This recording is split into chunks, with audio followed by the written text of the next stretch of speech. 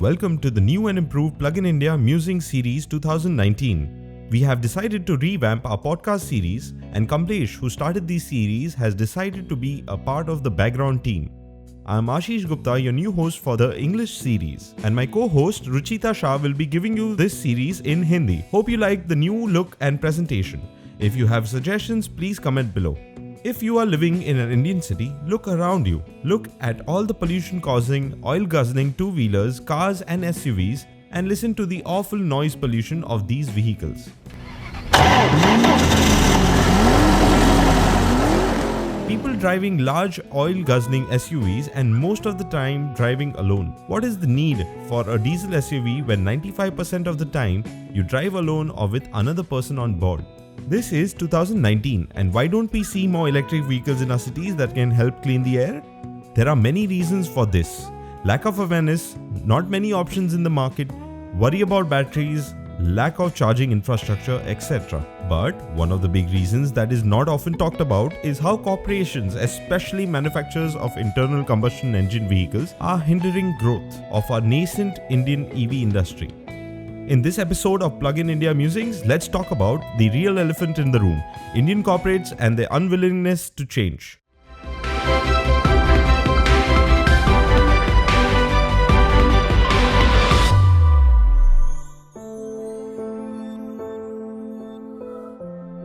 Over the last year or so, we have observed traditional internal combustion engines, ICE, based auto manufacturers, auto magazines, websites and analysts create a lot of news about electric vehicles. Many of these traditional automakers talk about concepts or products in testing with no action plan or a firm commitment on creating affordable EVs for the Indian market.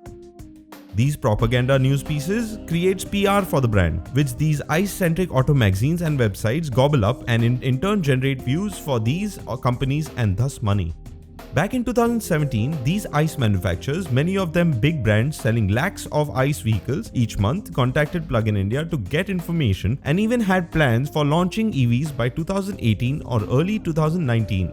There were talks about installing charge points all over India. It is now early 2019 and all we see are no commitments on launching EVs from these ICE manufacturers.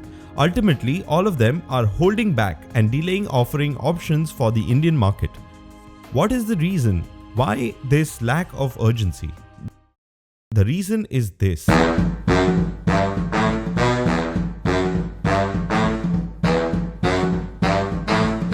Many of these corporations sell millions of ICE vehicles each month. They are unchallenged market leaders who dump the same antiquated, pollution-causing, oil-guzzling products in different colors and shapes to our hapless population. This results in these companies making huge money, and any kind of disruption is not an option for them. And electric vehicles are a serious disruption to these very businesses. If you watch our video we released last month, Electric Vehicles in China, chat with an Indian entrepreneur. The link is given in the description below. The person we interviewed, who is based out of China, told us that Chinese ICE manufacturers see EVs as an opportunity, while Indian manufacturers see EVs as a threat to their comfort zone. Have a look at this. One more thing I have noticed in particular is that the OEMs in India are holding their space, whereas the OEMs in China are towing the line with the government, and they have understood that they can take a leadership space in the EV segment now. It's an opportunity for them. But OEMs in India are holding their space to control the ICE territory that they have. We also recommend reading Kedar Soman's blog. The link is in the description below. I would like to read out a paragraph for you. It was almost 2017. I was sitting in a Delhi meeting that was supposed to come up with policy suggestions for Niti Aayog for electric vehicles. Right across the room from me sat two individuals from one very established car company. Let's just say this manufacturer is a market leader in passenger cars in India. As the discussion veered towards what the car manufacturers need to do to advance electric mobility in India, these two individuals literally went berserk. They shouted from the top of their voices how the government should not dictate the direction and the market needs to figure it out all by itself. Any suggestions for tightening fuel standards, suggesting change in taxation, suggestions of measures to make the car manufacturers make more electric vehicles prompted a strong and almost vicious reaction from these two guys. India has its own chicken and egg problem, but it has nothing to do with the charging infrastructure. It has to do with whether big brand automakers make electric vehicles first or consumers start showing preference for electric vehicles first. Also, many of these manufacturers offer all kinds of excuses. They say there is no major charging infrastructure, we will only launch EVs once there is infrastructure. But all of you should understand this. Almost all electric vehicles, especially the ones for personal use, are charged at night at home. So pretty much every morning you have a fully charged vehicle available. And two-wheelers do not suffer from the problem of lack of charging infrastructure, with many of them allow you to remove the battery and take it home for charging. As we said earlier, all of these are just excuses for these ICE-based corporations who just want to delay the EV movement. Another excuse offered by these manufacturers is that the government is not doing anything for the EVs. How is the government actually going to achieve all of this? So let's see when the government is serious. These kinds of statements are completely false. What has the government not done for the EV momentum these past 5 years? Our government has moved at an electric pace, setting targets, giving subsidies, creating charging standards, policies, creating proof of concept projects, and getting the media to report on EVs on a daily basis. What more do they want from them to do? There is scope for the government to improve, but to say the government has done nothing shows absolute disregard to why we are here. Back in 2013, when PluginIndia started, no one was talking about EVs. Forget about even investment into the EV industry. We are here majorly because of the focus by the government and the incredible risk and passion some of these EV startups and companies have investing in EVs. Some CEOs of these ICE manufacturers say there is no demand for these vehicles and we will launch them once we see the demand. Well, if you don't launch even a single model, how do you know there is no demand? Again, all of these excuses are basically delay tactics. In fact, many of these ICE manufacturers have working models ready back in 2017. It is not rocket science for these giants with huge resources like, let's say, TVS, Bajaj, Hero MotoCorp, Maruti or Tata to create electric vehicles for the Indian market. But they won't do it, and by now you know why. Another thing these corporates do is to buy stakes in an EV startup or an EV-focused company. Once a majority stake is acquired, they then suppress the EV products and promote their own ICE products with the overall goal of stifling EVs. We have already seen this when Mahindra Electric acquired the Reva electric car company. Hero MotoCorp has a stake at Ather Energy, and it looks like Ather in 2019 will only sell their electric scooters only in one city. And now you go figure. Then we have Greaves Cotton, who now has a majority stake at Ampere Vehicles. Now, Greaves is a company that manufactures the following: diesel, petrol, kerosene, engines, diesel pump sets and gensets. Now something is fishy here too.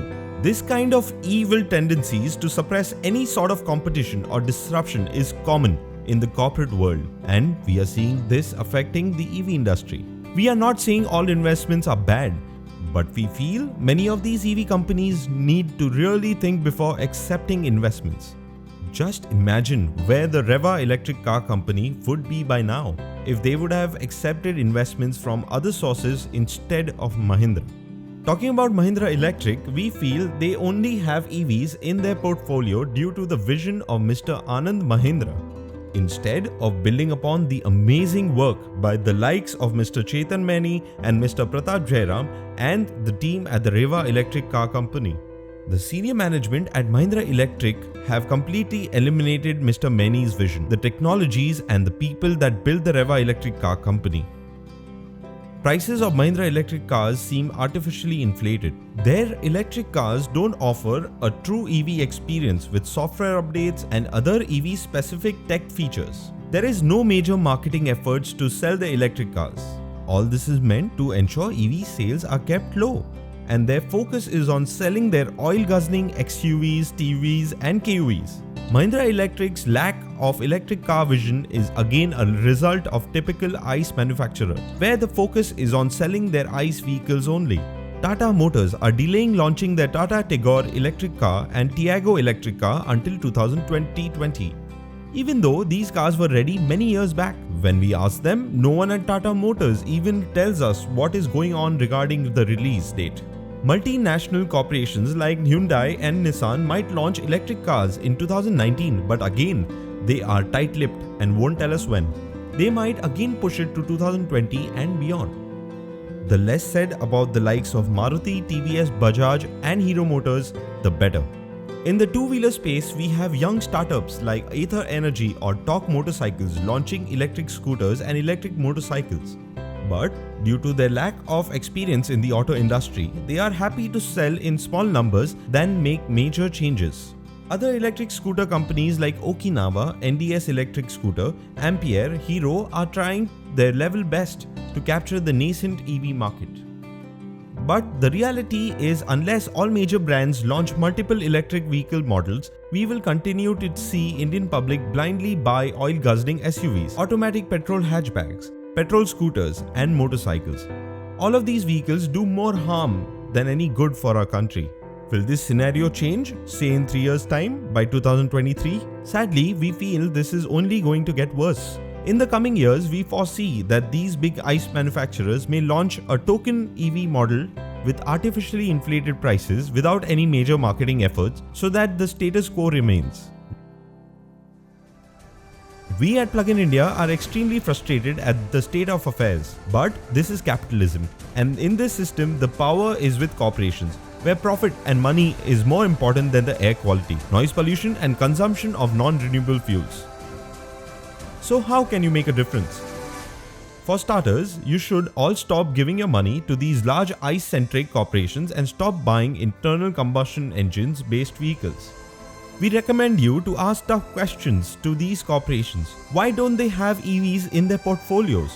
Why not invest in manufacturing EVs in India? Write to them, visit them. If you have contacts, talk to your local politician who cares. Ask them to enable policy changes that mandate these ICE makers to offer multiple EV options to the public.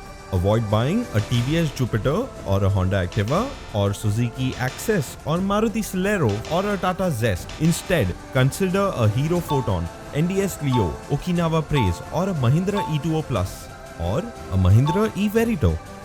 Enjoy your independence from visiting the petrol pump by using an electric vehicle. Support the companies and startups who are offering EVs today.